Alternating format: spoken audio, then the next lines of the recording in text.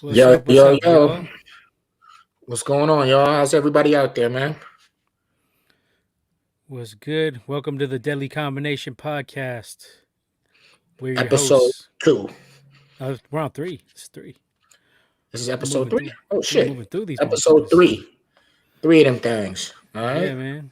We got some. We got some big fights popping this weekend. I'm juiced up. The most Absolutely. amped up I've been in the MMA world for a while. We got three straight up top notch fights on the UFC 259 card. Absolutely.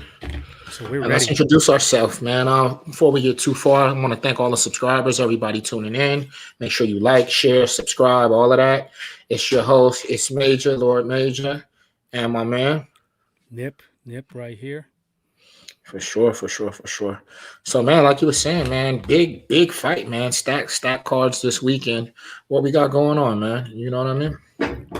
Just gonna lounge at the house, probably order some pizza up and watch some fucking some brawls. I'm expecting fireworks from all three of the main ones, and then we got some big fights coming up in the boxing world as well. So we're gonna be well occupied the next couple weeks, heading into through May. Is there some fights in April Yeah, as well? it's nonstop. First half of the year for combat sports is looking promising. So, I can't wait. Without further ado, man, let's get into this flurry. Yeah, let's get into the flurry. So our flurry is basically we just take some quick jabs at some quick topics, news, that type of stuff. So right now we're just gonna get into this real quick. And the first topic we have here is the Ramirez and Taylor fight at 140 has been rescheduled for May 22nd. It had been set up before, but they had to postpone it. I don't know if it was COVID related. I'm pretty sure it was, but now we have an actual fight date for that one. So that's big because you're looking at some of the 135 guys going up to 140 and taking on the winner of that fight. So Yeah, and it's that's for very the one. relevant. That's for the undisputed junior welterweight title, correct? Yeah, because they're both champions. I Yeah, believe yeah, they're it's for undisputed. the linear title. So that should be a good one when it happens. And like you said, it has a lot of impact on just the overall schema of the divisions because a lot of the 135ers and guys are moving up. So that fight has big implications for the future of the lightweight division, the welterweight division, and the junior welterweight division. I think. Yeah, no doubt. So that's one we're looking forward to. That on paper that looks like it's going to be a slugfest. Taylor is more like they're both kind of like pressure fighters. I think Yeah. Ramirez has a little bit more power.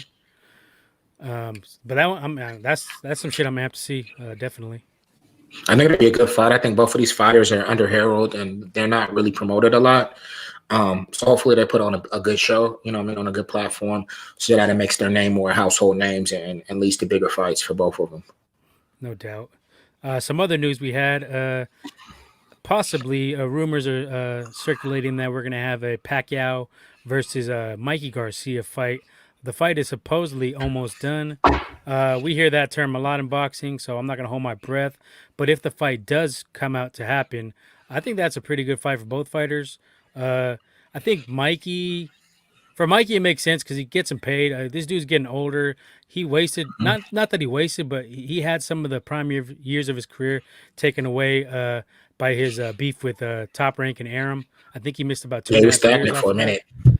Yeah. So I mean, he's just trying to get paid, and Pacquiao has a good name. If he could get that, if he could pull off that victory, it would set him up in a nice way to get some other big fights popping off. Uh, just off the top of my head, if they did fight, I would probably pick Mikey just because of the youth. But Pacquiao's a It's wily not beast. 47. That's going to be at 147. That's a good question. I'm Yeah, I mean, guessing. makes a lot of I'm difference. guessing it would be. It would probably be at Yeah. 147. What are your thoughts on this, real quick? I think it's all. I'm not mad at the fight. I know Mikey's been trying to mix it up with Pacquiao for a minute. Like you said, he's aging.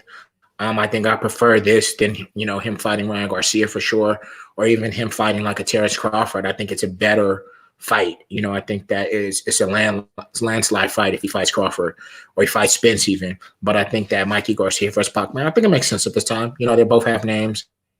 Hopefully it's done. Like you said, there's a lot of there's a lot of rumbling and rumors where you're, oh, it's done. The contract just needs to be signed, and it never comes to fruition. So fuck that. I hope it is done, and I would probably be taking.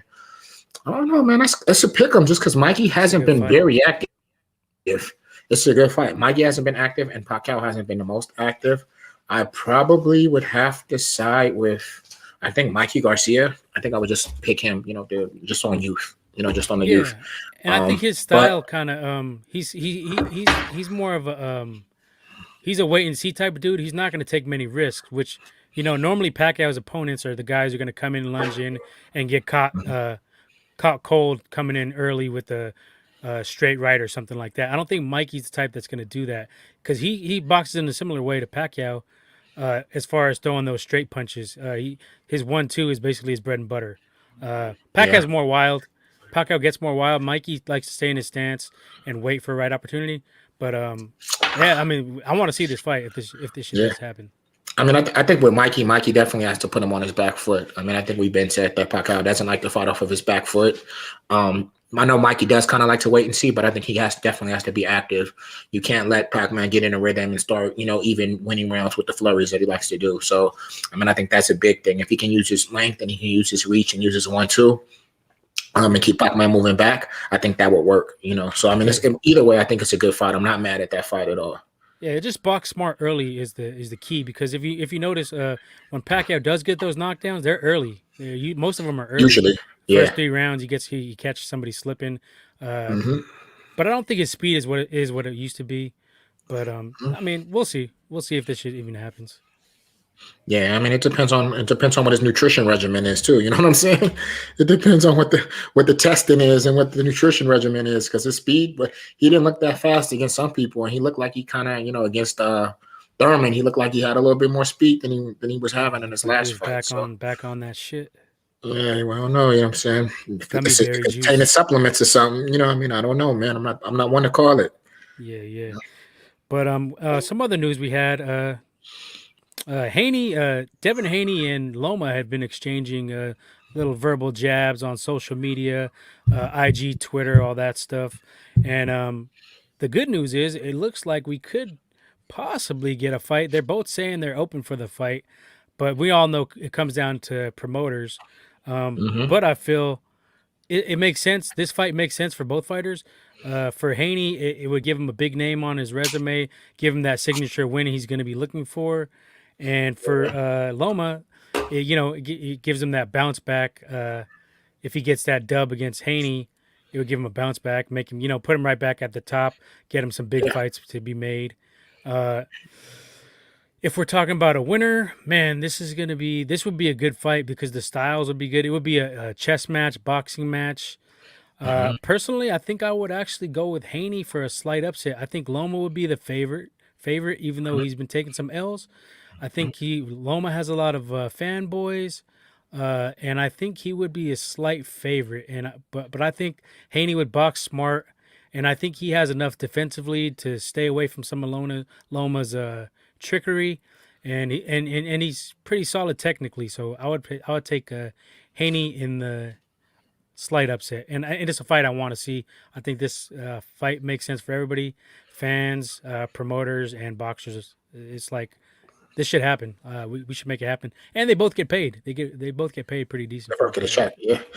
I think, like you said, it's another if. With the lightweight division that we've been covering for quite some time. A lot of talking with all the contenders, and for whatever reason, nobody's making fights.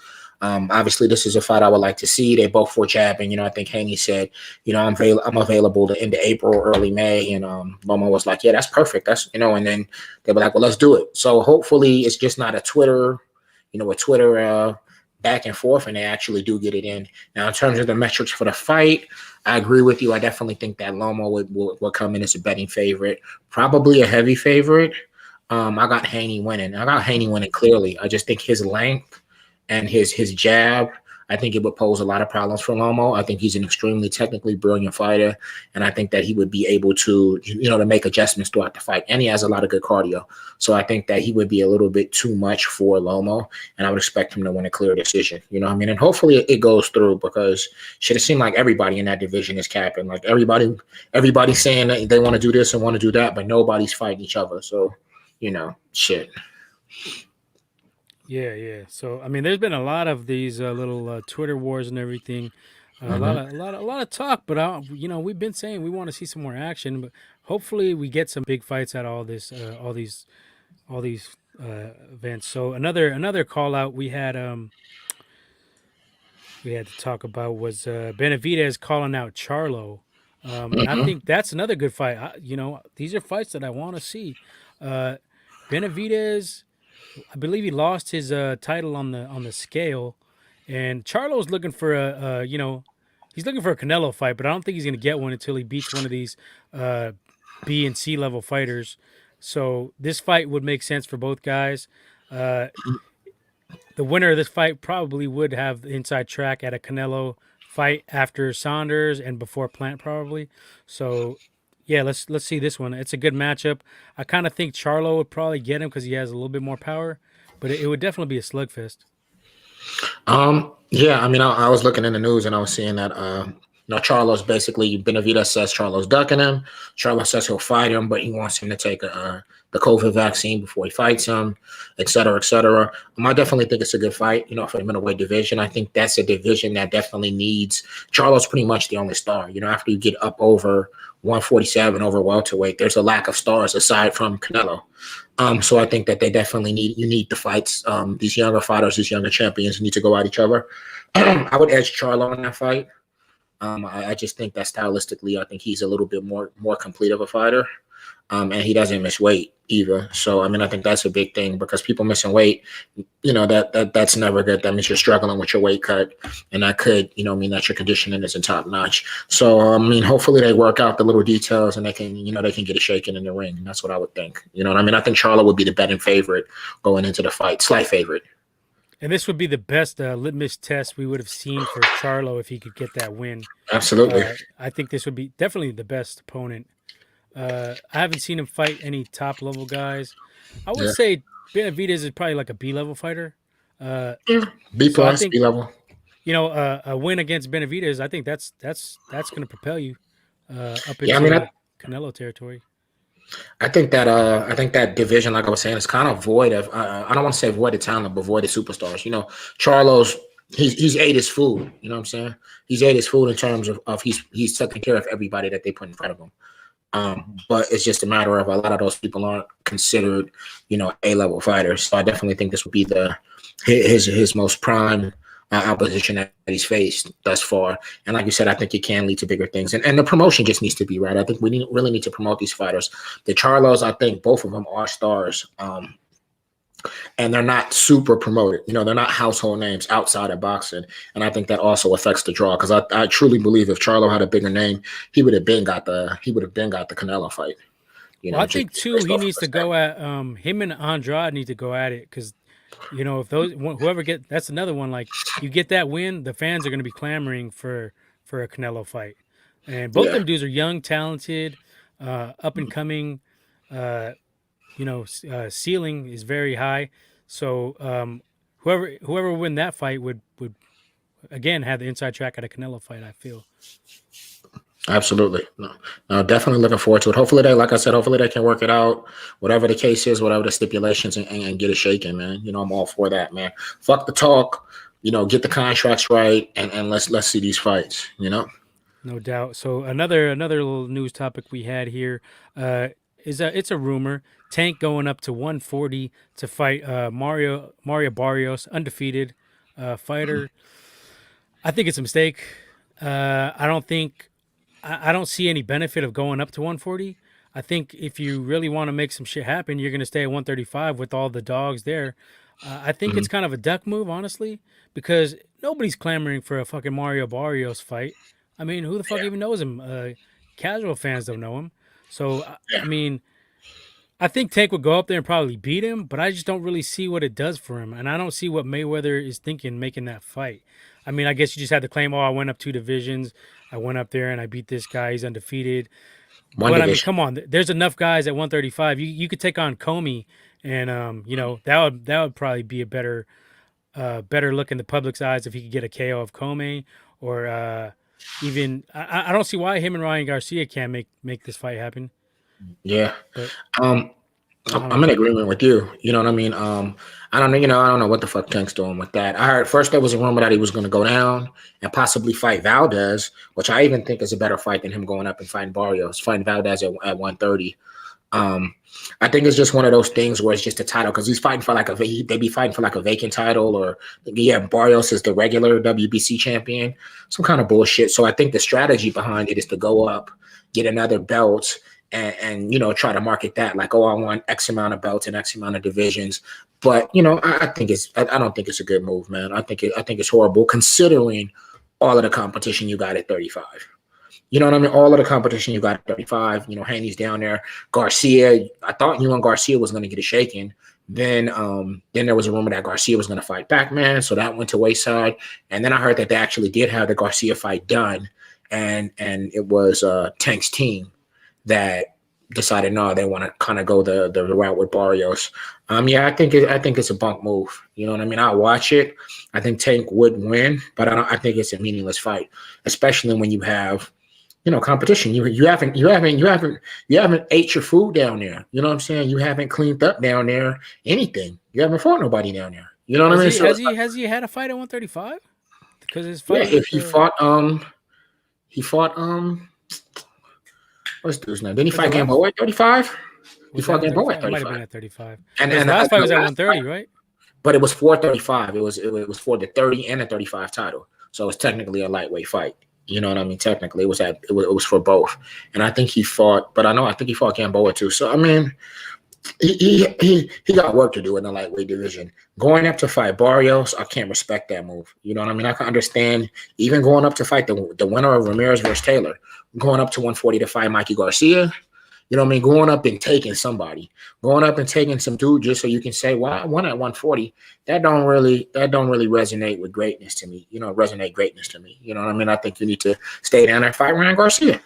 Get him out of there. And That's a bigger fight too. I don't even think 140 is a good division for him either. Like, I think he should stay at 135 for a while. I mean, for his build, his short stature, um, I think 135 is a good weight for him. I think that's where he should focus, especially when you got all the young lions in that division. It just doesn't make I sense mean, to me.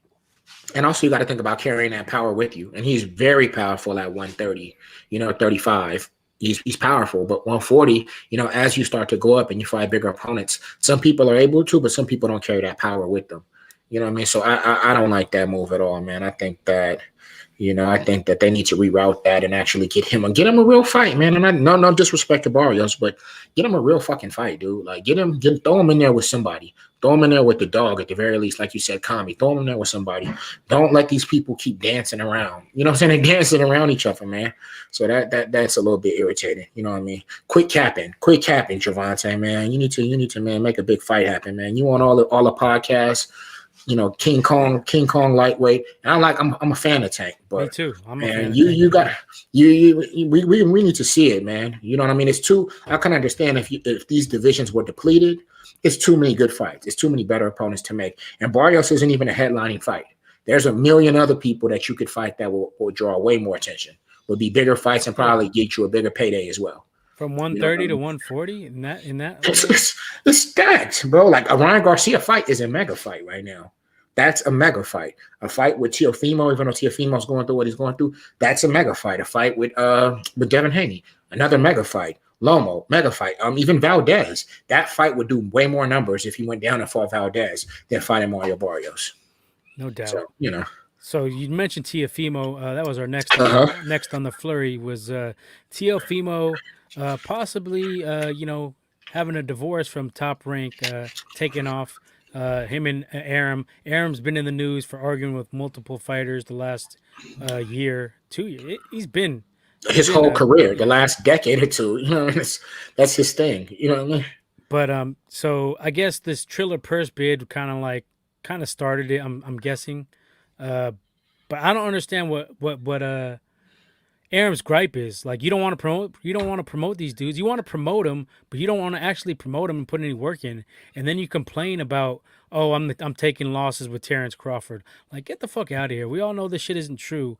I don't get I don't get what his deal is. Like, why are you even signing these dudes if you're not gonna try to keep them happy and keep them on the team? I think he's just outdated dinosaur.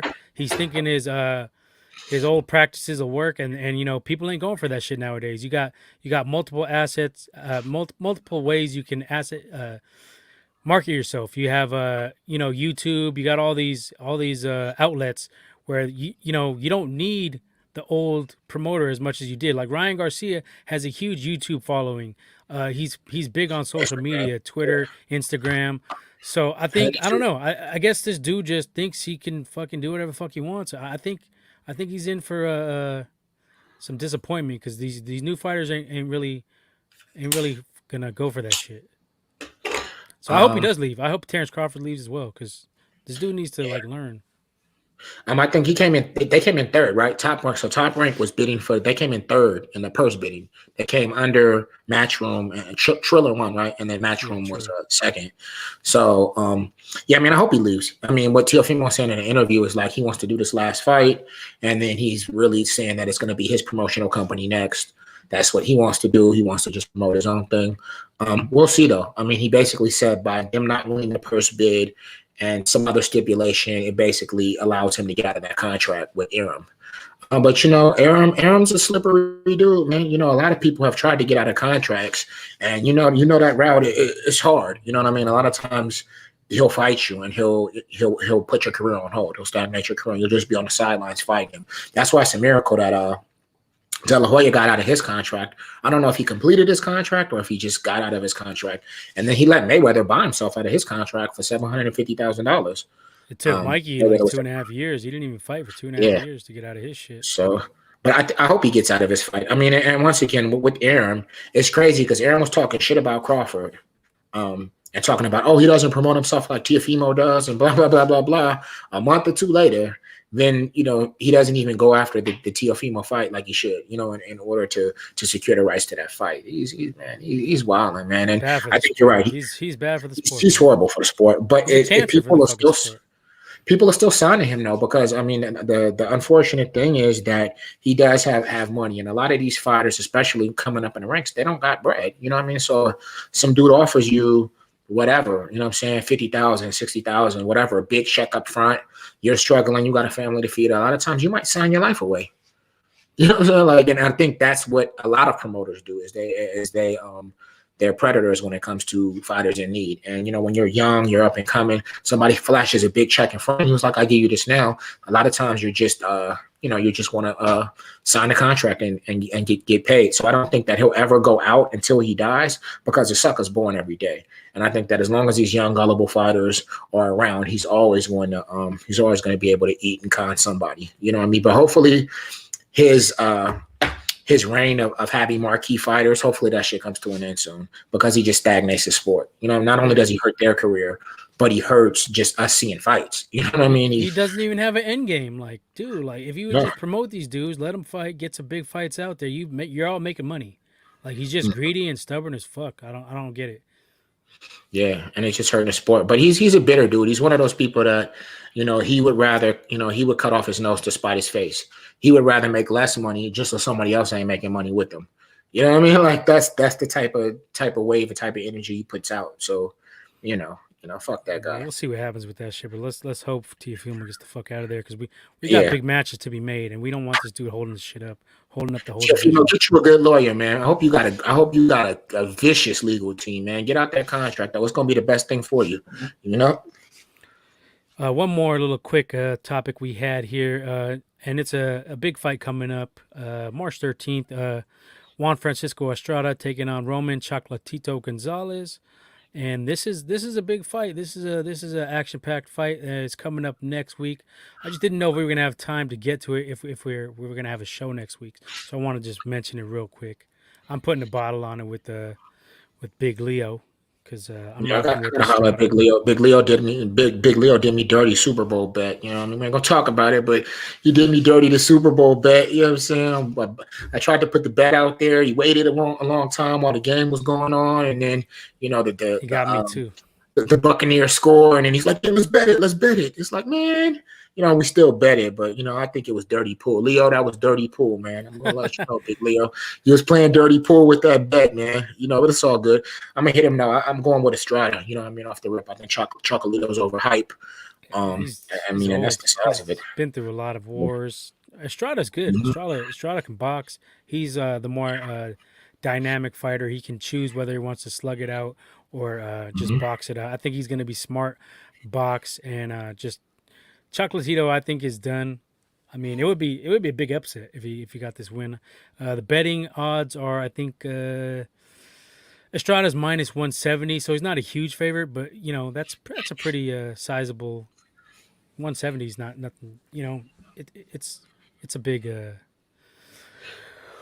favorite. He's the favorite. So I'm What's rocking the with weight? Estrada. What was that? What's the weight? Where did they find that?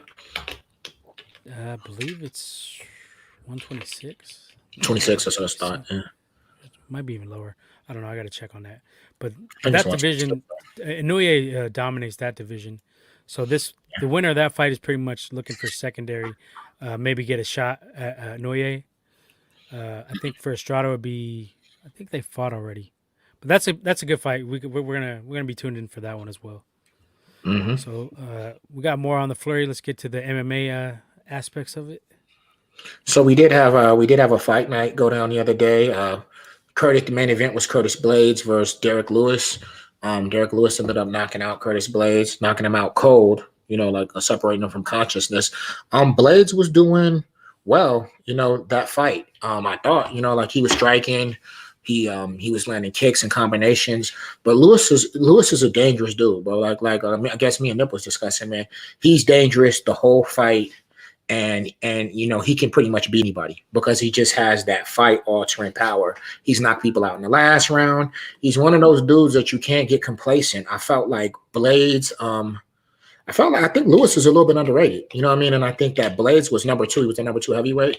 I felt like he had a good strategy initially. He was mixing his strikes up well, but I thought he should have took it to the ground, and continue with that. I think because he had some success early, especially in round one with the striking, he was winning. He was mixing up his jabs, his 1-2 with his leg kicks. I felt like he kind of started to get too comfortable with the striking.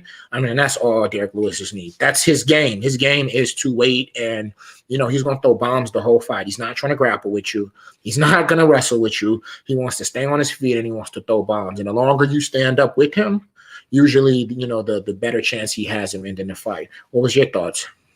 Yeah, no, you covered it nicely. He just got caught slipping. I don't know if he was fatigued, possibly. What was the second round?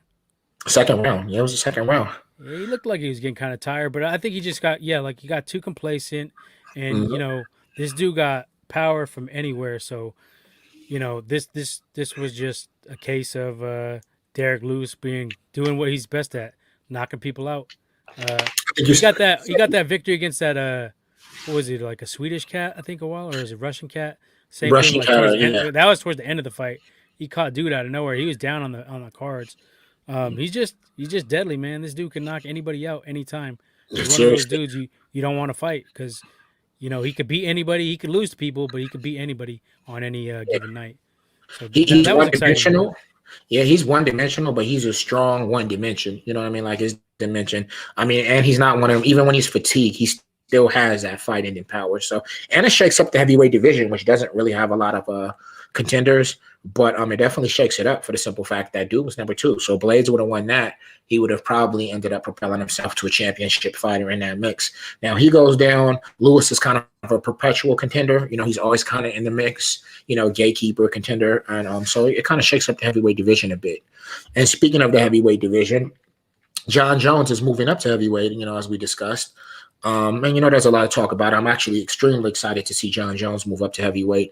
I want to see what he does. I think he has a good body for it. Cormier was in the news essentially saying that John Jones won't KO anybody at heavyweight. He doesn't have enough power. What do you think about that, Nip?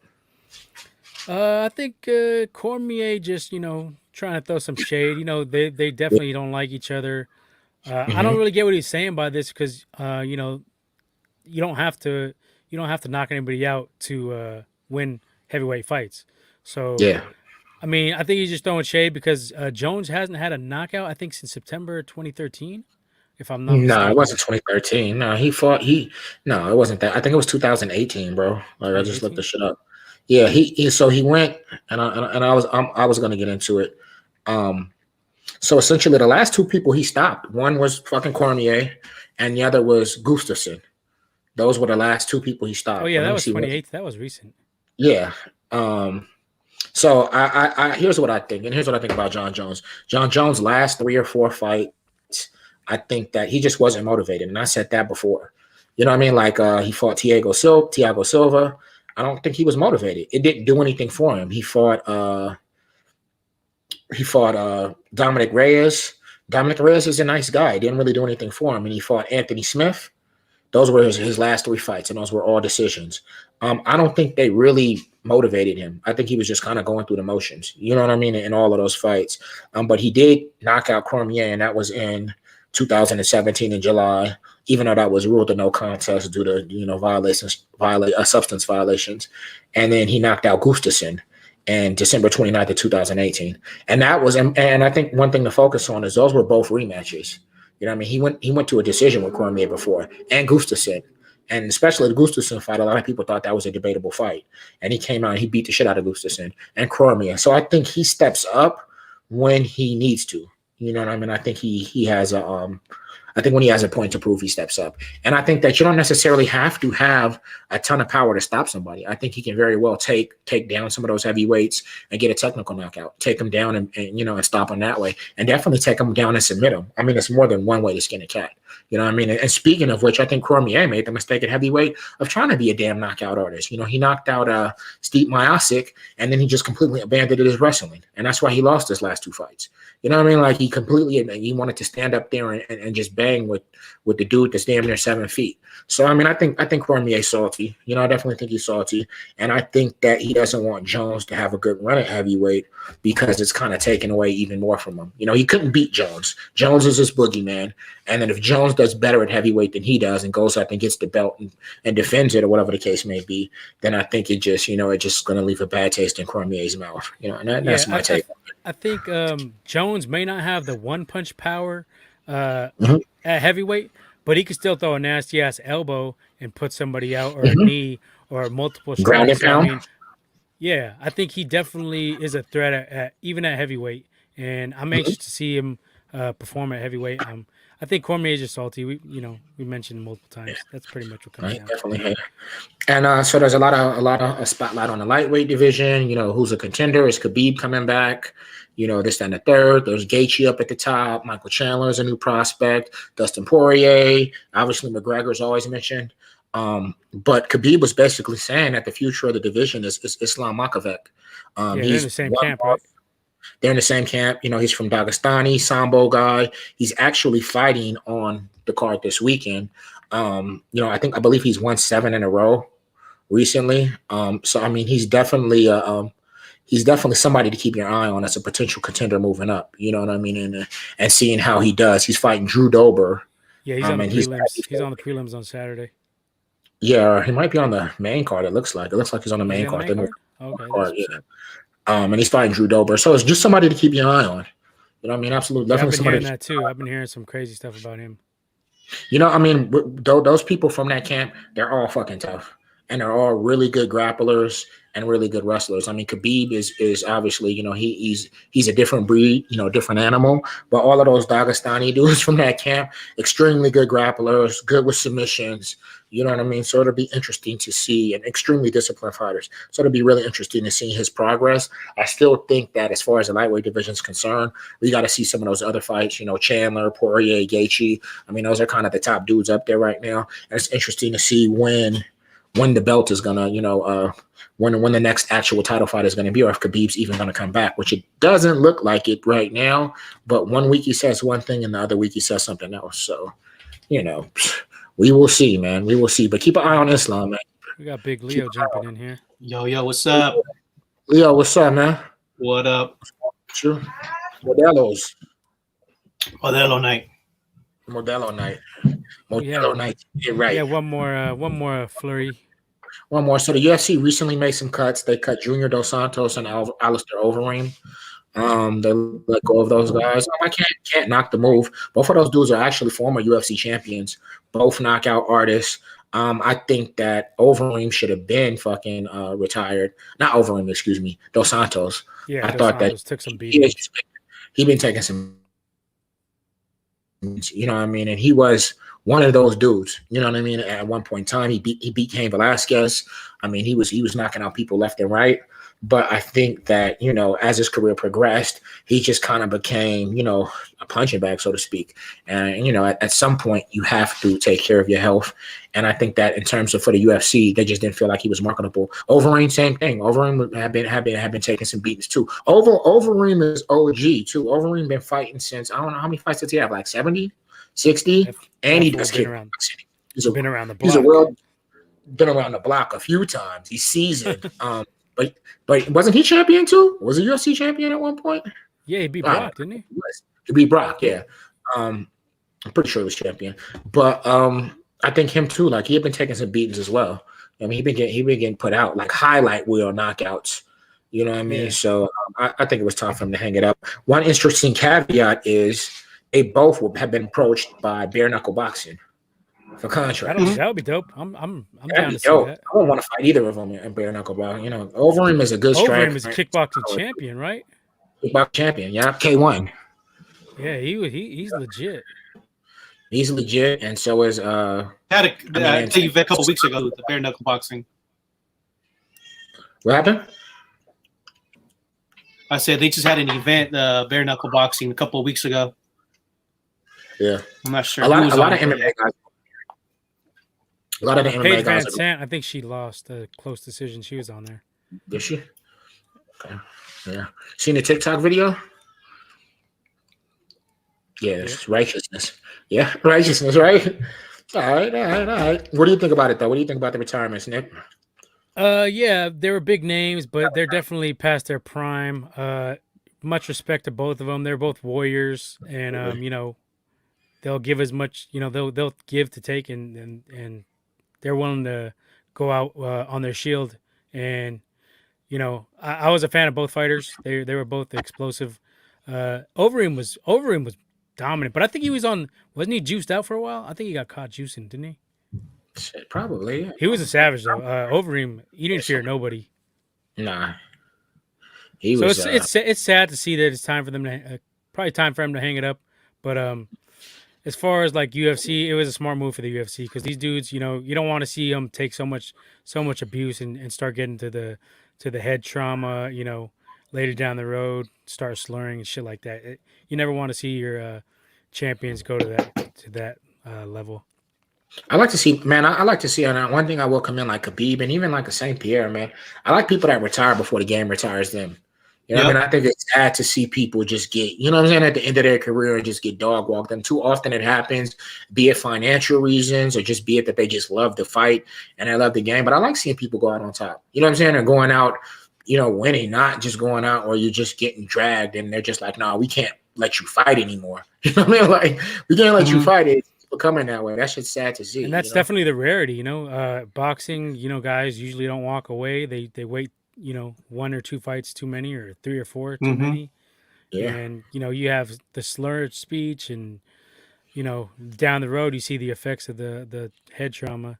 So yeah, I'm a fan of the dudes retiring early, or not early, but just right in their prime. Yeah, like Andre Ward. Andre Ward did it perfect. Andre Ward, yeah. Andre Ward didn't. Another thing about it, he didn't even take a lot of punishment in his career, really. I mean, you know, obviously it's a hurt business, but he wasn't one of those fighters that was like a Arturo Gatti or something like that, where he took a lot of punishment. He actually was really good at kind of protecting him. Mayweather too, obviously. Mayweather went out. Oh yeah. Calzaghe, even though I can't stand Calzaghe, he went out, you know, pretty much undefeated. But it's a rarity. More often than not, you know, people are going out on the skids, they're going out losing. And, you know, I think some of it, like I said, is just that warrior spirit, that Budo, you know, wanting to fight. And then sometimes, a lot of times, especially with MMA fighters, some of these dudes can't retire. They can't. Like they don't have money. They don't make enough money. Retirement. You know what I mean? They don't have a retirement. So they don't have really a contingency plan. So they have a greedy bastard. Yeah, I mean, and that's a sad thing too. You know what I mean? And some of them did have money, and they just mismanaged their money, so they have to keep fighting. And it's just like, man, retire with your wits in order. That's a win. Coming home to your family is a win. You know what I mean? Obviously, and being able to live out your years without, being, halfway slow. For lack of a better word. No doubt. Health is wealth. Health, absolutely, man. Health is wealth. And that concludes our flurry for episode 3. Absolutely. So now we're gonna get some meat and potatoes here. Big fights, I should say, on Saturday. I'm like I said earlier, I'm amped for this one. This fight in particular, I'm amped for, but also the other two we're gonna mention here: Petr Yan against Aljamain Sterling, and also Amanda Nunes versus Megan Anderson. Man, we're gonna get to all those in a second, but let's start here with the main event. We'll go backwards and go main event first. Biggest fight. What are your thoughts on this one, Major? Let's give it to Leo first. What you got, Leo? What do you think, man? But that's the reason I came in. Listen to you, mate. That's the reason I'm here. Listen to you. Appreciate you stopping by and rocking with us. Hell yeah. Yeah. I gotta get back on the UFC hype. I've been sending y'all the links for all these events, and obviously you guys on the group chat. So I gotta get on this. Can't be left out. Can't be part of the B squad in this part. Absolutely. Now I'm gonna get you here. So who you got? Who you taking? I remember you guys talking about in the previous episodes. So I'm gonna ride with Adesanya. Yeah, so I'm gonna ride with him because I remember you guys. I think Major. That's the big dog I'm see right now. So I'm gonna ride with him. All right, no doubt. Okay. Stoppage, decision, what? I'm gonna go with the stoppage. Okay. You giving us a round? Second. Okay. Damn. I respect it. All right. I'm like I said, like Nip said, man, I'm interested in. I'm really excited for this card. Adesanya weighed in at 200.5 pounds with pizza. So had pizza on the scale. He was wilding. But I got him winning. I think that he's going to control the distance well. I know that Blachowicz is going to come out. He's going to be dangerous, especially the first round, probably the first 2 rounds. He's going to come out. He's going to move forward. But I just think Izzy Adesanya is just too technical, and I think he's a brilliant striker, and he adjusts. I have him by stoppage in the third. I think he's going to stop him in the third round. I think it's going to be definitely a good test because Blachowicz he's a Viking. I mean, he's no fucking joke. You seen the UFC countdown? You see the countdown? No. Bro, this fool he takes ice baths in Russia. But the cold shit is -11. It was -11. They go out, they dig the hole themselves, and then they take the ice bath. It's not like they dig the hole, and that's some crazy Viking shit. So, I mean, he's a tough dude, but I just think that Izzy just got too much for him.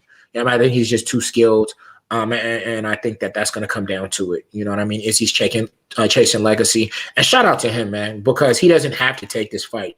He could have stayed at middleweight, but he's really chasing legacy. He's moving up, and he's underweight, and I think he's underweight to prove that, hey, I don't think weight's going to be an issue this fight. I think it's going to be more of a technique. I don't think you're going to see a thing where Blachowicz is just going to be the bigger, stronger dude and just impose his will on Izzy. I think Izzy's going to be able to control the distance, use his striking, use his footwork and his speed, and get the stoppage. Yeah, no doubt.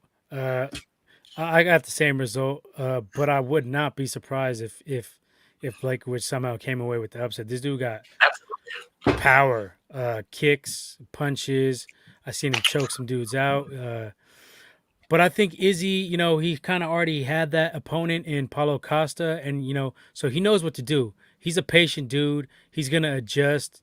I think it could be a situation where we seen with Usman, where he may get caught early and clipped or something. But I think he has the wits about him just to stay back if he gets caught or grab or something. He's just man, he can get clipped by Blachowicz. I mean, if he gets clipped, he might be out.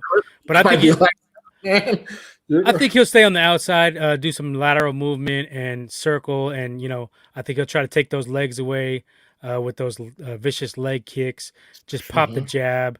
He has that lean to him where he's hard to hit. He doesn't lean really. You're not gonna catch him with a clean shot where he's leaning in. He's always going backwards, and then he counters with those nasty 1-2s and hooks. So I feel like, and he got the head kicks. I mean, he's well rounded when it comes to striking, and on the ground he's pretty good too.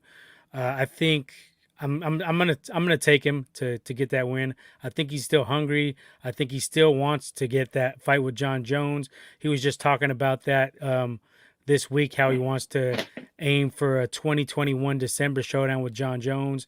Them dudes hate each other. It's like another Cormier and Jones. They can't stand each other. Any chance they get, they talk shit about each other. And if they ever do get in the ring, it's gonna be a fucking barn burner, knockout, fucking drag out fight. I want to see that shit. So, a win against Blachowicz definitely is a huge step into making that fight happen, because then you're probably looking at John Jones getting the winner of Ngannou and Miocic. And then, so, the winners of these two fights probably face each other. Oh, as far as Jones and Izzy go. But I just think Izzy's patience is going to be the deciding factor. He's not going to go out there and do anything stupid. He showed it against Whitaker as well. He's patient. And like I said, Paulo Costa, I say he's a similar striker to Blachowicz. You don't think so? I mean, I think similar. He's got as much power, I think. Yeah, I think Blachowicz is just I don't know. I think he's just a different breed. You know what I'm saying? I think I would say, yeah, I think they're both similar, but I don't think that Jan's going to be as passive or play the back like Paulo Costa did. You know what I mean? Because we've seen Paulo Costa be extremely aggressive, in most fights. And against Izzy, I don't really know what he was doing in terms of his strategy. I think Blachowicz I think I agree. I think they're similar strikers. I just think Blachowicz has a little bit more dog in him. You know what I mean? And more power because he's up that higher weight division. And more power. Yeah, a lot more power, I would say. What's interesting is Blachowicz has actually won his last two by knockout, but he lost to Thiago Santos, who was a former John Jones. He actually got stopped. I think he's fighting on the card. I think he's on the He's fighting on the card. Yeah, he's the first fight, yeah. And he got knocked out by Thiago Santos, it looks like 4 fights ago. So, that's an interesting barometer. I think something else is he's a black belt. Blachowicz is a black belt. And being that he does have the weight advantage, even though he doesn't have the height advantage, he does have the weight advantage. It'd be interesting to see if he uses some grappling and he tries to take him down and get on top of him, because we haven't seen Izzy on the ground. Really, you haven't seen him on the ground at all. So it'd be interesting to see if he tries to, shoot in and do that. I would like to see that. I don't think he will. I think he's trying to knock him out. But I would like to see if he actually does try to press him up against the cage, try to make the fight more geared towards taking away that reach advantage and more strategic on his part. But like you said, I agree with. I think Blachowicz has fighting in power. I think he can definitely stop him. But I think that where Izzy is right now, I just don't see it happening. And if I'm wrong, I'm wrong. You know what I mean? You got a round. What are you taking? Are you taking a decision? Or are you taking the stoppage? That stoppage in the third. That's what I'm taking. I'm with you. I got the same thing. Yeah. No, I got stoppage in the third. So let's move down. And I think before we move down the card, let's look at this card really quickly.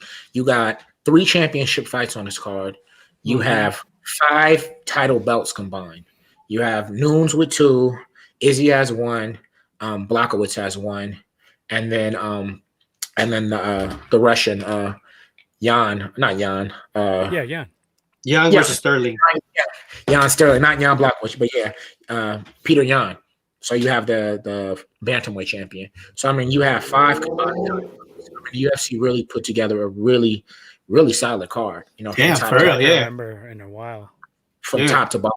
You know what I mean? So I think that's really dope. I've seen the press Dominic Cruz is on there as well. Yeah, he is, right? They got him on the undercard. Yeah, he's an undercard Cruz. At least from where it looks right now, they got him on the undercard. But still, I like Dominic Cruz. Actually, he was good in his prime. I think he just got too many injuries. Like for whatever reason, he's kept blowing out. But let's go down the fights. The second fighter, the co-headliner, Amanda Nunes versus Megan Anderson. Amanda Nunes, the lioness. You know what I mean? Versus Megan Anderson. I think this is a dope fight, man. I think I'll just kick it off. Fuck it. Nunes is minus 1250, so she's a heavy favorite. Megan Anderson is an extremely big woman. I didn't realize she was that big. Like she's a large. She's a large lady, yo. Long ass legs and arms as well. No cap. Listen, she's big though, man. Like she's a big woman. Nunes just had a baby, or her wife just had a baby. So you also have to take that into consideration when training for a fight. We're all fathers, having a new child, sleep deprivation, being away from her, things of that nature. But I got Nunes by stoppage, man. I mean, with all of that said, I think Megan Anderson is good. I think she's big, but just watching some of her old fights, she's extremely slow. She's lumbering, and although she's big, she doesn't have a lot of power. From what I seen, I did see she stopped somebody, but for the most part, she throws, slow punches. And I mean, they have a thudding effect, but I don't think she has the power to fuck with the lioness. I think, Amanda Nunes is solid. Just I think everywhere. She's, faster, better striker, better jiu-jitsu, better wrestling. I mean, and she's the GOAT female. She's the greatest female of all. So I mean, it's hard to bet against her, even with her just having a kid. I don't see, her having a new addition to the family. I don't see her losing to Megan Anderson. I don't want to count her out. Anything's possible, but I mean, shit, she doesn't really look like she's missed a beat. And this is at 145, so she doesn't have the big weight cut that when she goes down to 135. I think she'll be in there. I think she'll be comfortable, and I picture her stopping her with that 4. What about you, Lil? You got a pick? Yeah, I'm gonna ride with Amanda Nunes. I've seen her a couple of times. Shit, she's fucking built tough. I don't think I've watched Megan Anderson fight before, but I'm gonna ride with Amanda Nunes on this, and I say stoppage in the 4th round. All right. So I was watching some fights on both of them today, and I will say that Anderson is definitely game. She's big as hell. She's got the length. She does some hard head kicks and knees. So she's definitely gonna be a live fight for Amanda. But I think that Amanda will get inside. She has the shorter arms. She has way more power. And I think she's just gonna, bull rush her. If she gets her to the ground, she could handle her. And then I went back and I watched the Cyborg fight because I was thinking, like, let's see how Nunes handles a woman with a lot of power. And she ran right through her like a buzzsaw. So you think she has a lot of power? Cyborg? Anderson. You think Megan Anderson? No. I think she has decent power. But I just wanted to see how, I wanted to go back and watch and see what she had with the Cyborg's pretty big and strong, So I wanted to get a comparison for this fight. And she cut through her ass like a buzzsaw. There wasn't even she got clipped, I think, once, but she ate it well, and she just, she's like a storm. She's like a pit bull. I think it's going to be a similar fight. I would say Nunes in 2. Well, and she just could go 1. She's like a storm. She's like a pit bull. Could go 1, but I say 2. Man, that's crazy. I think also, I think Nunes is the more complete striker. From watching Anderson. Anderson has some, she has some long punches. She has some kicks, but I mean, Nunes has crazy kicks. Leg kicks, body kicks. I expect her to use them. Maybe chop down the legs a little bit. I expect her to fight in spurts. In and out. I think she's really good at controlling the range. So I expect her to be either all the way in or all the way out. I wouldn't even be surprised if she did some cage work and pushed her up against the cage. I was gonna say, yeah. I can see up against the cage, took her down. I think Nunes has a lot of fucking tools. You know what I mean? And I think she's a very cerebral fighter, and she could pretty much fight anywhere in this fight. She could take a standing up. She could fight in a clinch. She can fight on the wall, and I think she can even take her down and probably submit her.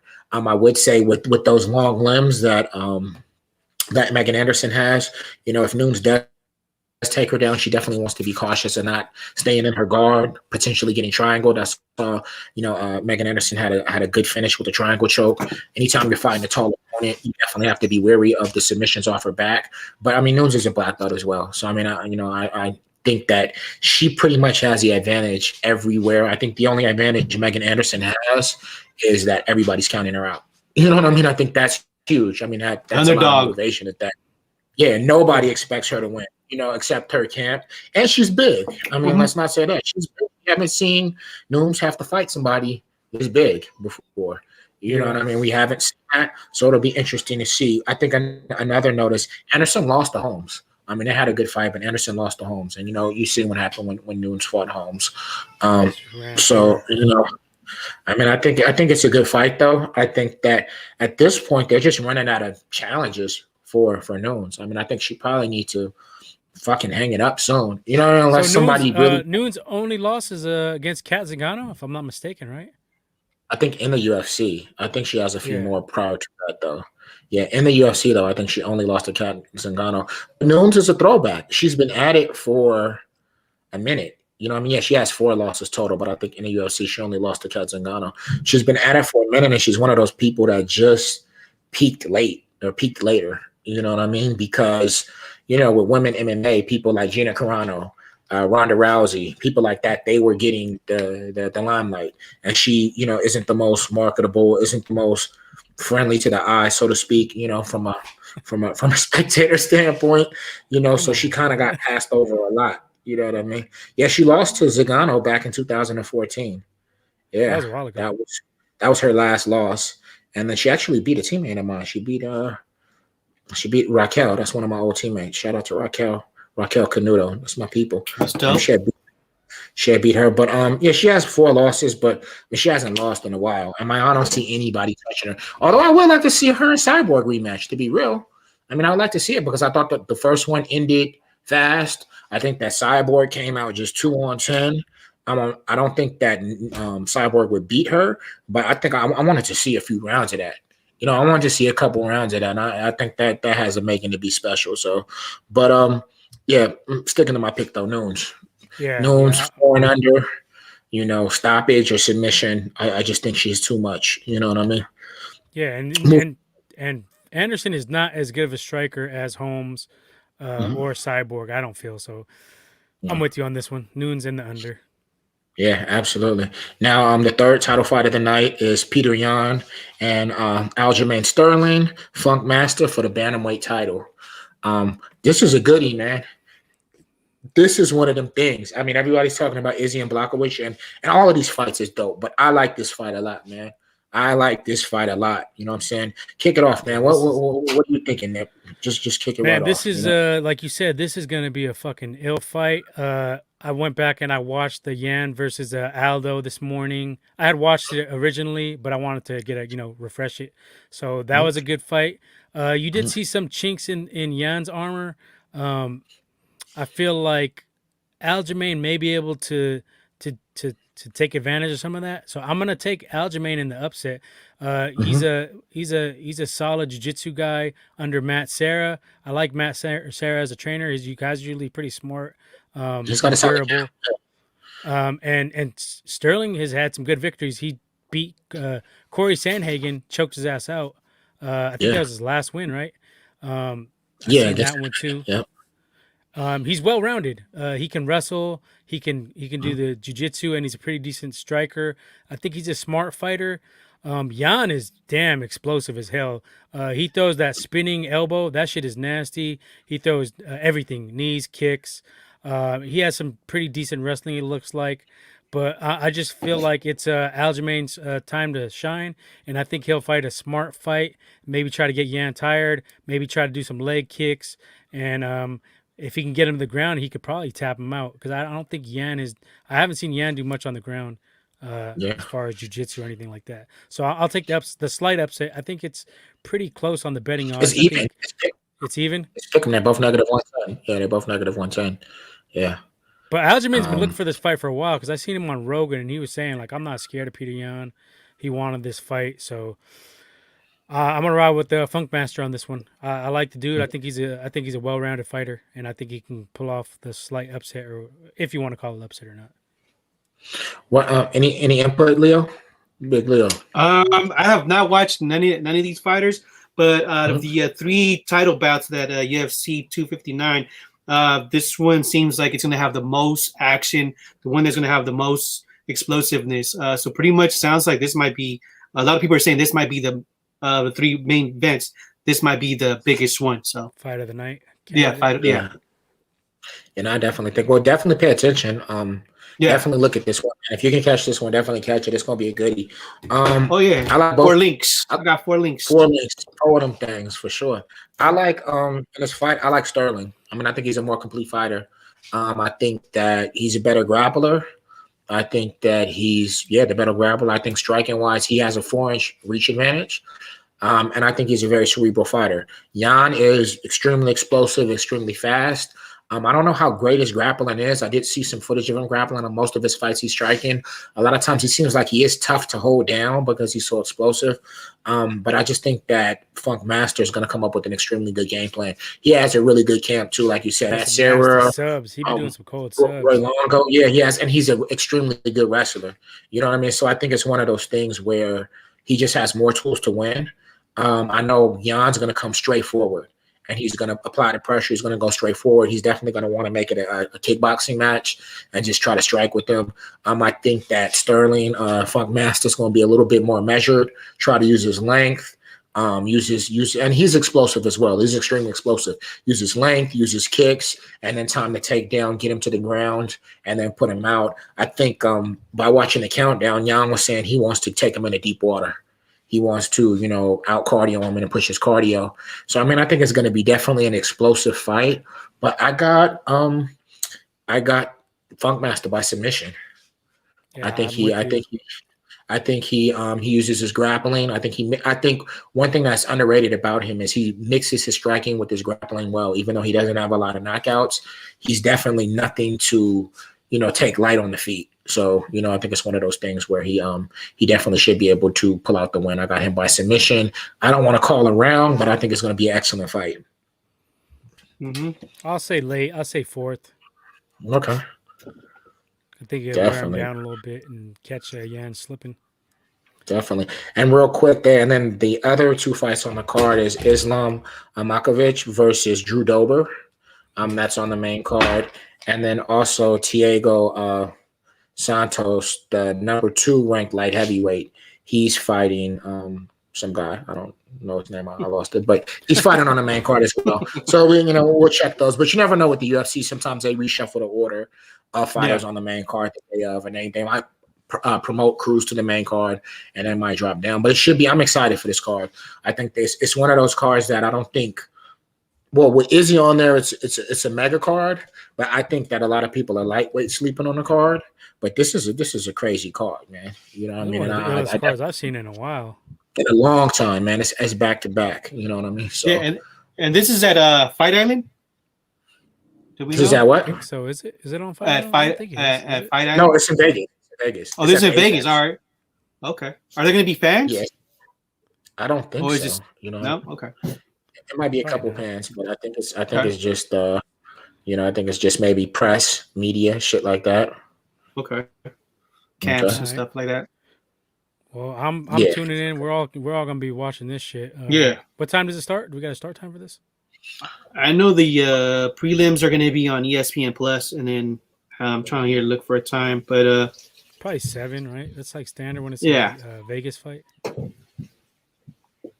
Probably 7. We'll say 7. Okay. And I think that's it for the UFC portion. And what else we got? We just got one more topic here in the boxing world. We had Canelo going out and fighting against Yildirim, the Turkish wolf, and he got his Turkish ass whooped. The Turkish wolf got handled. Man, he left all the wolves. He let all the wolves down with that one. More like the Turkish sheep.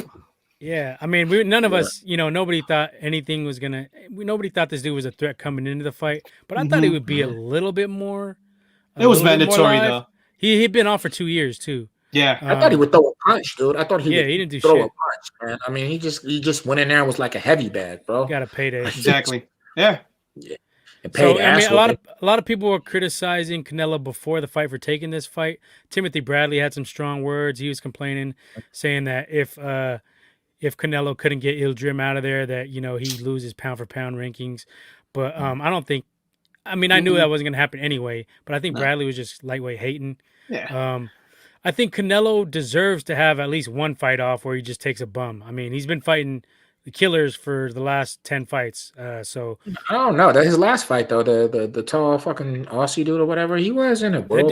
That's at 168 though. Like that shit's. He shouldn't even be up there in my opinion. I think 160 is where he should be at. But I mean, dude wasn't a world beater. You know what I mean? I thought that was No, a no fight. doubt.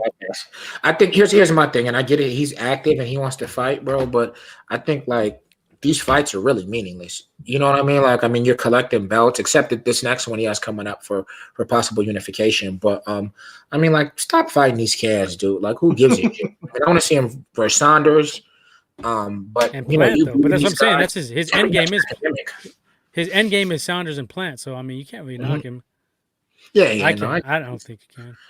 no, I'm not necessarily knocking him, but I'm just like, yo, like, I just don't want to see it. Like that fight was bad. You know what I mean? And I thought the Wolf would, you know, maybe howl at the wound a little bit more, fucking throw a punch or two, you know what I mean? But after the first round, I'm like, this dude doesn't have anything. Like he doesn't want to fight. He didn't come to fight. I don't know what he came to do, but he didn't come to fight, and he ended up getting taken out. They but, stopped it. Was it officially a 4th round stoppage? End Because of the the bell third. rang, right? End of the third. I'm end of the only third, saying so- because I was thinking about betting on that shit. I was thinking of taking like the 4th round. End I of think the it was the third. third. I think it was the Yeah, 'cause third it's the end of the he third, never but made it to the I thought he came out. Because at the end of the second round, the trainer, I forgot dude's name, he was telling them like, "Hey, if you don't throw a punch, I'm gonna stop the fight." So he was telling them already, and you could tell his face was already getting blasted. You could tell. So He didn't want it. He just wanted to get Yeah. payday. He wanted to Yeah. get paid and get the fuck out of there. pretty much, and get a He could've live threw concert some punches. from J Balvin in Miami. So you know, Yeah, but I mean, what you I could've do threw some like punches and stuff like about that. Canelo though is he's staying active, and I think a lot of these pound for pound tier guys need to be more active and making 3 fights a year. That's what Canelo's aiming to do. I believe he's trying to fight in May and then I September. agree. So I respect him for that. If he could go out there and fight Saunders in May and then possibly May 8th. Plant in September, Plant or Benavidez maybe, because Benavidez been talking a lot of shit too. So he might get some smoke. He's been calling out Canelo and Charlo. He might get his wish and get his ass whooped. I think Canelo will take him out pretty quick. Yeah, no, I mean, I can't knock it because I'm one of them dudes. I agree with that, Nip. I'm one of them dudes that you can only kill what comes in front of you. You know what I mean? And I get what he's doing, but I just he's at the tail end of his career to me. You know what I'm saying? So it's one of those things where don't waste it. Just fighting these bums. Like, okay, you got these two out the way. You know, you had your spat with Golden Boy. You know, and then you got out of your contract. You got these two dudes out the way. Let's see you. You know, now let's see you against Saunders. Let's see you against Plant. And I want to see him against Charlo, man. I still think that's a fight to be made. I'd like to see that. I think maybe some of it has to do with promotional, trying to get off the zone or renegotiate with the zone. I think he had a certain amount of fights he had to have on there. I'm not sure if that's still in play or that could be one of the reasons why he took this fight. Yeah. But what's up with the Saunders fight? That's what's in play right now? That's what they're aiming for. May. What'd you say, Leo? May 8th. 22nd? May 8th. May 8th. May 8th. Cinco de I Mayo. think it's already Makes yeah. sense. It's already official. Is it? I don't know. Yeah. I haven't Yeah. seen this official. I think so. Yeah, Do they you already have a announced link for it. this? Do you have a link for this? Source? I think I wasn't it. But they said right. All he had to do was beat the Turkish Wolf, and then Yeah, and but he's fighting. I don't think nothing's been signed. I think they said that. It is. That's what they're aiming for. Canelo Alvarez versus Billy Joe Soto May at the ATM Stadium or Allegiant Stadium. Okay. Yeah, it looks like it's official. Super see. middleweight. Yeah. Billy Joe, and a lot of Billy Joe's fans have been talking a lot of shit for years that Canelo. has Oh been shit! They ducking bring it him. to Vegas. They've Yeah, been saying he's been ducking him. So I mean, you're gonna get what you fucking wanted. Be careful what you wish for, because I think Canelo's gonna fucking body this dude too. Yeah, no, I think it's gonna be a good fight. You know what I mean? I think it's gonna be interesting to see. And I definitely want to see, like I said, I want to see Charlo. Hopefully Charlo and Benavidez square it off, because I think that's a good fight. I think that Canelo is definitely kicking ass, but I definitely want to see him, go against a young lion after he gets this shit situated at 160. And then it gives Charlo a little bit of time to bring up his star power as well. Ideally, what I'd like to see is Canelo to go at Sanders, get the win against Sanders, and then go at Plant, because Plant is another guy that they're saying like, oh, he's the one who has the chance to beat Canelo. He's the livest dog. He can box. I don't think he can. I don't think he can beat Canelo, but I want to see him beat those two guys, and then a perfect matchup would be against Charlo at 168, and you'd be looking at Charlo hopefully taking on. Yeah, Canelo ain't gonna go back down for Charlo. Charlo's gonna have to come up. I'll say Charlo would have to go up. Yeah, So hopefully Charlo would either beat Benavidez or Andrade, and come up to 68, maybe take a fight. I think you'd have enough time to make that happen. Maybe 2022, May 2022. You could be aiming for Probably a Charlo both. fight. I mean, probably both. Probably Benavidez and Andrade, and Canelo get past Saunders and Plant. You know what I mean? And then you have a mega fight, or maybe somewhere anywhere in between. I mean, I like Canelo a lot. I mean, regardless of who he's fighting, he definitely brings that star power to boxing. You know what I mean? And he's definitely doing what he needs to do. Every fight he's definitely going out there and he's putting on. So, you know what I mean? You definitely can't knock it. So, shout out to Canelo, definitely. You know what I mean? One thing I wanted to get to real quick, it wasn't in the show notes or anything, but I just thought about this. We've been hearing a lot of these hypotheticals about if he fought Mayweather again, blah blah blah. I think it's stupid because Canelo's moved on. He's at 160, 168. So you're talking about if he fights Mayweather again at 147, like even the hypothetical doesn't work. So I think we need to just let that. I mean, Didn't they fight at 54 the first time? 54. Yeah, 51. Yeah. Even I just think that Mayweather's never fought at 160. So I think people just need to let this particular hypothetical go. I think it's pointless. Take that L Mayweather gave him early in the career and move on.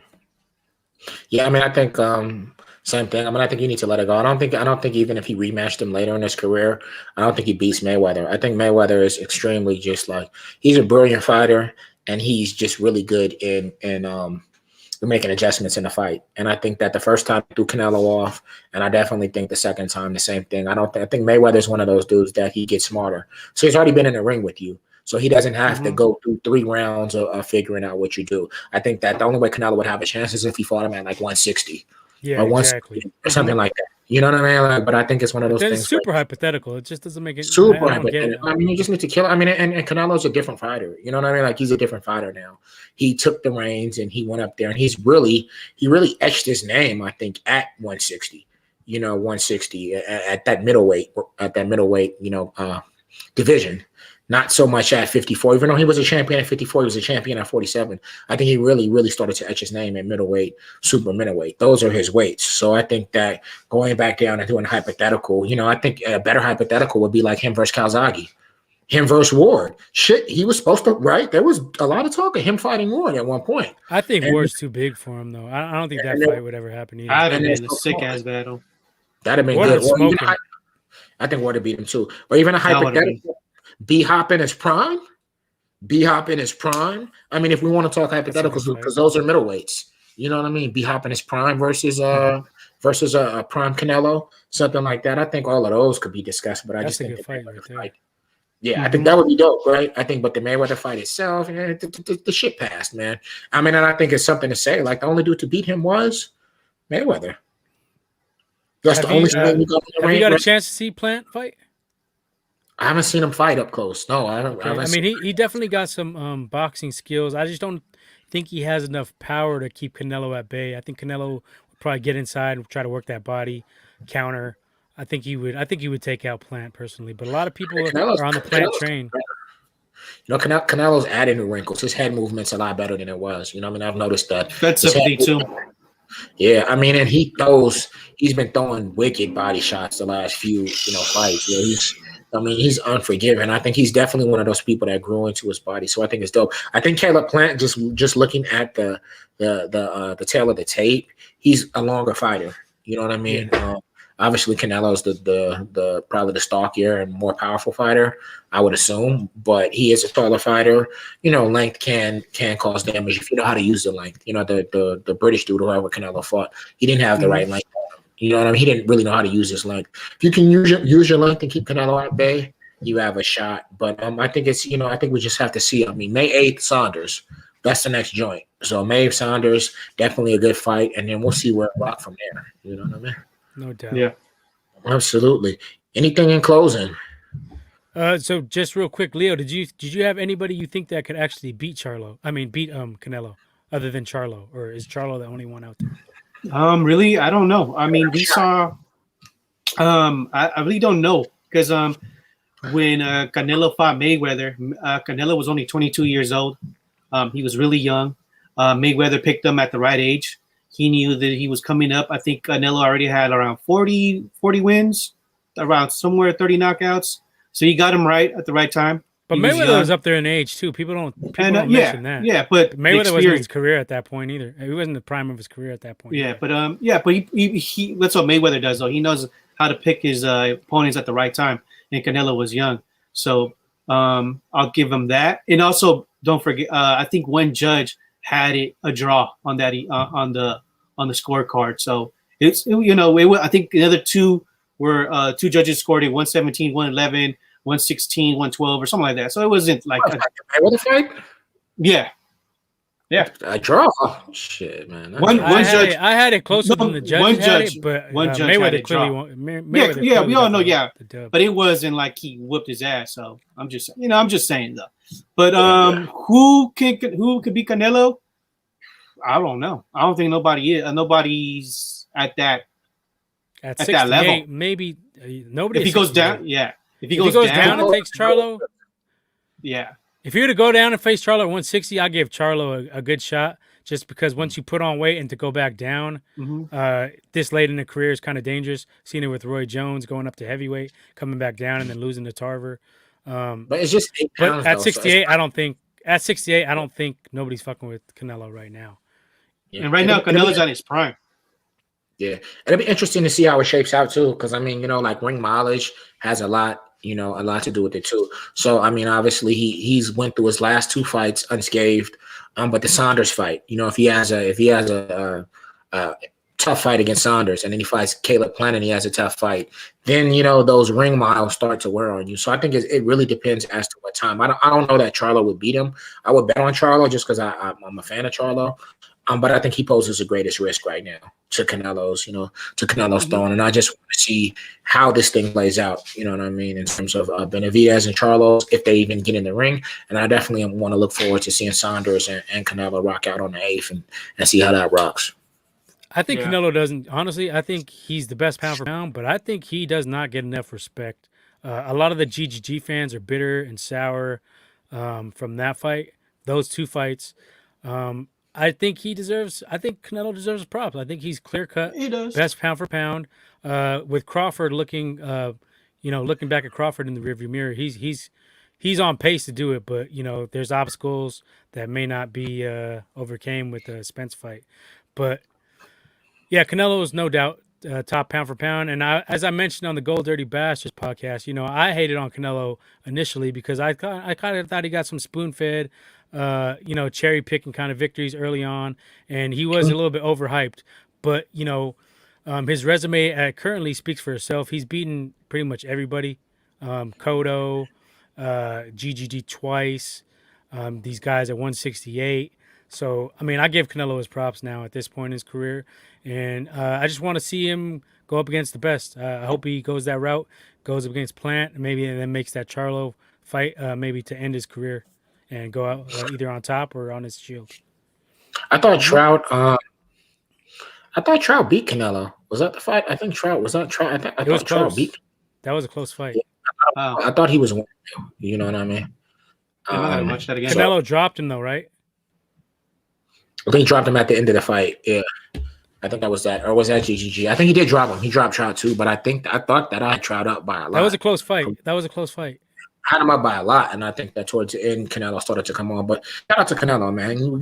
We absolutely have to give him his flowers. You know what I'm saying? We have to give him his flowers. He definitely has held it down, and he's actually held down, stepped into the star spotlight. He's been there, but he really stepped into it when boxing needed it. So definitely give him his flowers. I definitely think he definitely deserves to be pound for pound. You know what I mean? Oh, the other fight I wanted to mention was he didn't get too much props on was the way he was able to outbox Danny Jacobs and make it look pretty easy, because I think Jacobs is a good boxer. I think he's a solid guy, and Canelo kind of just ran through him and he just schooled him. So, and when you look at GGG facing Jacobs, I thought Jacobs got the W in that fight, but the judges seen it another way. So I think Canelo's boxing is on another level. Yeah. Yeah, no, his boxing is good. I mean, I think that I think he puts it together well. Like the power with the boxing. I look at him as he's definitely a great boxer. I think he puts it together well though. You know what I mean? I actually think Charlo's a better boxer, pure boxer. But I think Canelo better overall. You know what I'm saying? Like he has more power. He has ring generalship. He has a lot of intangibles that some other fighters don't have. So I definitely think that he's up there. I mean, he's not even up there. He's the one right now to beat. You know, in terms of pound for pound, if we're discussing pound for pound fighters. No doubt. All right, I think that's pretty much it. Leo, you got anything else you want to say? So what's up with the Chocolatito bets? Let's make it official. Oh yeah, I got Estrada. You're going to have to replay because you was playing dirty pool on that Super Bowl bet. Playing dirty pool, man. You know what I'm saying? Man. Thank you. Yeah, I got Estrada. We'll just do a 25 because I can't drink right now, so I can't do the. All right, 25 with Nip, and then let's do it a bottle bet. Let's keep it the bottle bet. Me and you, mate. Let's do it. Yeah, absolutely. We're gonna lock it in. You know what I'm saying? We're gonna lock it in. And on that note, we're about to sign out. Yo, make sure you subscribe to this. Yes. Go Dirty Bastards, share. You know what I mean? It's all the same umbrella. Let us know. Comment. We need, we love feedback. Let us know. Let us know if there are topics you want to discuss. If you like the opinions we're expressing, if you don't like them, all feedback is good feedback. Instagram, follow us. Follow everybody on Instagram. That's it, man. We appreciate all the love, man. Yeah, just give us a quick like and subscribe. We'd appreciate it. It helps out with the analytics. Takes 2 seconds. Click, and you're done. Yes, yep. All right, man. We'll see y'all. Peace. All right, down there. You see our Instagram right down there, Deadly Combination Podcast, IG. Hit us up on there. We post a bunch of stuff on there as well. We out. Catch y'all next time. All right. Bye.